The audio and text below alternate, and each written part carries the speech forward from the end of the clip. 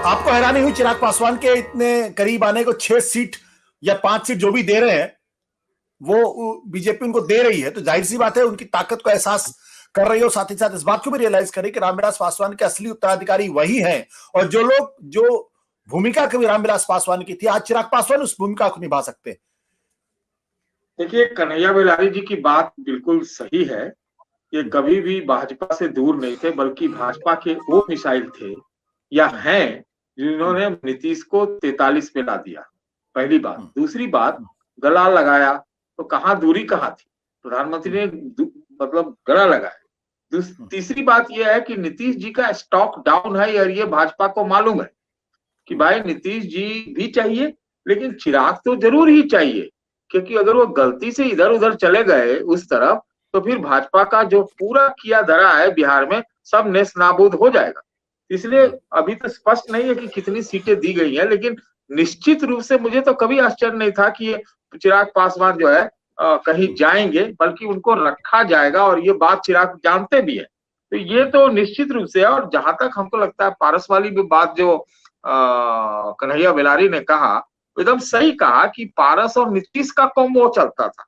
नीतीश का stock down है, नीतीश को डिक्टेट करेगी भाजपा। हमारे हिसाब से तो उनको सीटें और जो है 12-11 मिलना चाहिए, इतना ही मिलना चाहिए।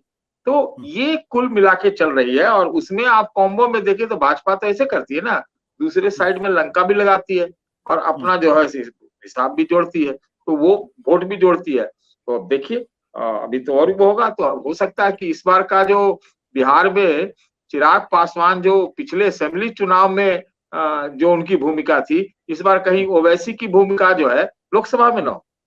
बिल्कुल। पर सतीश जी, एक सवाल का जवाब दीजिए। क्या एक तरफ भारतीय जनता पार्टी है जिसे नीतीश कुमार को तोड़ा, चिराग पासवान को अपने साथ लेकर आई है, और भी कई गठबंधन के साथी जिनको टिकट देने की कोशिश कर रही है, चाहे वो उपेंद्र कुशवाहा हो या फिर जीतन राम मांझी हो, तो बीजेपी अपने गठबंधन को लगातार मजबूत करती हुई दिखाई पड़ रही है, लेकिन जो महागठबंधन है उसमें उस तरीके की एक्टिविटी दिखाई नहीं पड़ रही। तो क्या चिराग पासवान के इधर आने से आपको लगता है कि आज की तारीख में इंडिया गठबंधन के लिए दिक्कतें बढ़ती जा रही हैं?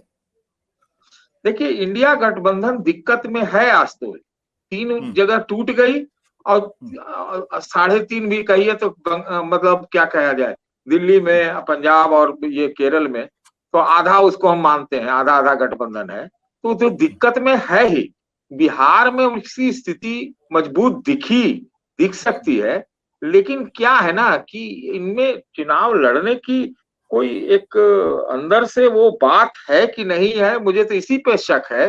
तो बिहार में भाजपा ये कोशिश कर रही है कि जातियों का पूरा गुलदस्ता इस तरह से बनाए कि एक संभावित अगर कोई चैलेंज भी आए, माई बाप और वगैरह वगैरह ये सब को, तो उसको ध्वस्त किया जाए। तो ये वो चल रही है कॉम्बो पे कि सबको मिला लो और सबको अपने हिसाब से डिक्टेट कर दो।